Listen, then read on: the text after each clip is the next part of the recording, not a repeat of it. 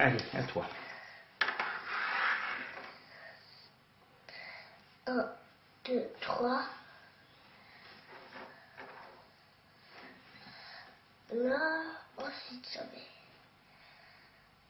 2 dessus.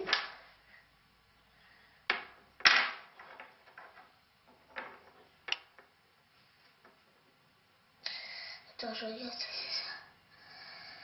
Oui. Et où Ah.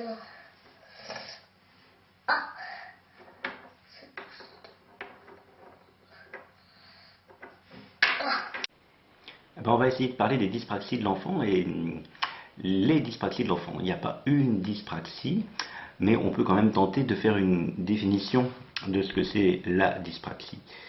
Dans dyspraxie, il y a 10 et puis il y a praxie. 10, ça veut dire c'est difficile. C'est difficile d'y arriver, c'est difficile à mettre en place, c'est difficile à imaginer. Et puis praxis, ça veut dire faire des gestes dirigés vers un but, un geste intentionnel. On pourrait dire que le geste il est toujours destiné à interagir avec l'environnement. Donc quand on a envie d'interagir avec son environnement, on fait un geste. On fait un geste pour prendre un verre. On fait un geste pour prendre un verre plein ou un verre vide, pour attraper une plume ou pour attraper une enclume.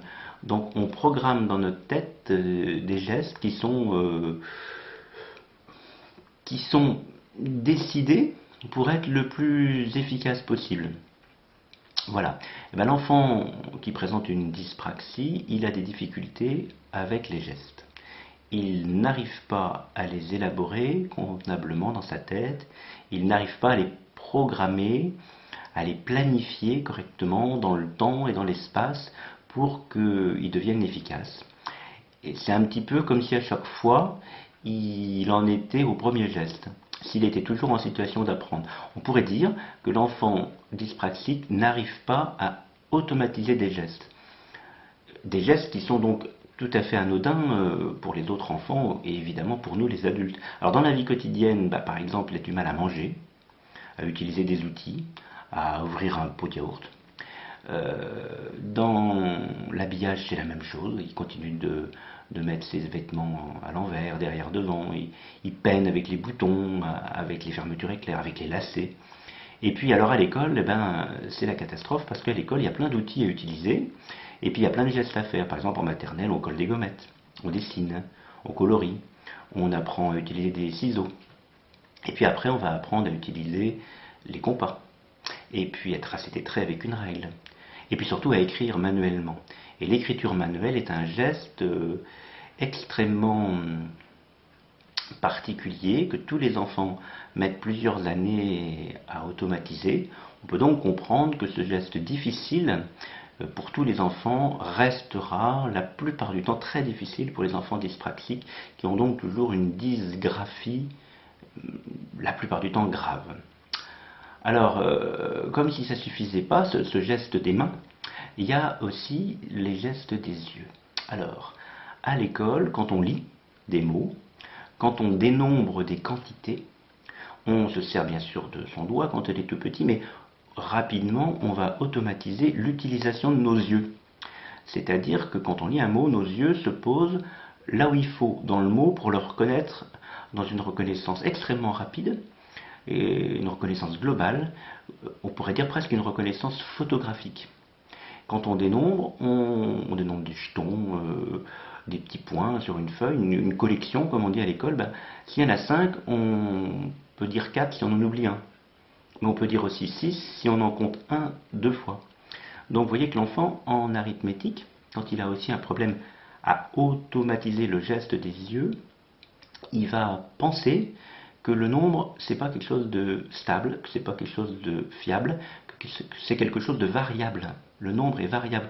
Je compte 5 pions, des fois il y en a 4, des fois il y en a 6, des fois il y en a 5, et là la maîtresse elle est contente.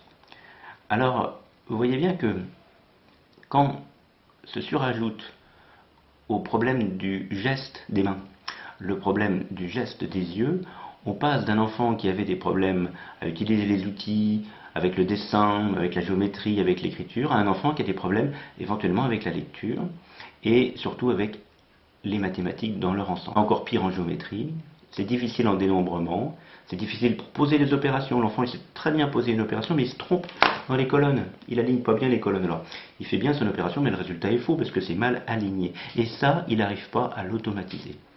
Voilà, c'est ça le problème des dyspraxiques. Et c'est même le problème des 10 en général, c'est que les enfants, ils n'arrivent pas à automatiser les choses. Et quand on n'arrive pas à automatiser les choses, on est lent. Et puis, comme c'est pour toutes les choses, on se fatigue plus vite que les autres. Et puis, comme c'est dans tous les domaines, souvent, comme c'est difficile de faire des choses banales pour les autres, eh ben, on est mal organisé. Voilà.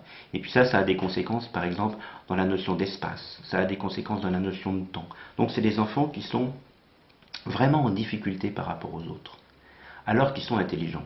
Ça, c'est la chose la plus importante quand on parle de 10 quelque chose, c'est que par définition, on exclut la déficience intellectuelle. Les 10, et les dyspraxiques en particulier, ce sont des enfants qui sont intelligents et puis qui vivent dans un contexte normatif. C'est-à-dire qu'ils vont bien, sur le plan psychologique, ils vont bien, ils ont une bonne relation avec des parents qui sont tout à fait convenables, qui sont tout à fait compétents, et puis ils ont des enseignants qui sont des enseignants lambda, qui ne sont pas des enseignants particulièrement maltraitants. Hein, bon. Donc cet enfant dyspraxique, il a un environnement qui est tout à fait normal, il a une intelligence normale, et il n'y arrive pas parce qu'il a un problème d'outil. L'outil qui ne va pas chez les dyspraxiques, c'est l'outil de planification des gestes. L'outil de planification de l'espace, l'outil de planification de l'oculomotricité. Et l'ensemble de ces outils donne tous ces problèmes scolaires dont on a parlé tout à l'heure. Alors comment faire? Comment faire avec les enfants dyspraxiques? C'est difficile parce que quand on est 10, quand on est 10 à la naissance, on reste 10 toute sa vie. Parce qu'il s'agit d'un dysfonctionnement cérébral. Le cerveau des enfants 10, le cerveau des enfants dyspraxiques, il n'est pas compétent dans ce domaine du traitement des informations qui amènent à avoir des gestes efficaces, des gestes harmonieux, des gestes mémorisés, des gestes automatisés. C'est comme ça, puis ça va rester comme ça. Alors, si la dysgraphie, si la dyspraxie, si les conséquences de la dyspraxie visuospatiale sont mineures, l'enfant va réussir à compenser avec l'aide de rééducation, par exemple. Si l'intensité est plus importante, si on a une dyspraxie visuospatiale moyenne, on va dire, il ne va pas réussir tout seul, il va falloir l'aider. Donc il va falloir adapter les choses. Par exemple, lui signifier les colonnes dans les opérations pour pas qu'il se trompe dans l'alignement. C'est simple, mais il faut avoir envie de le faire. Et puis si la dyspraxie est vraiment trop grave, là, on ne va pas y arriver. La rééducation, ça ne suffit pas, les adaptations, ça ne suffit pas, il faut contourner le problème.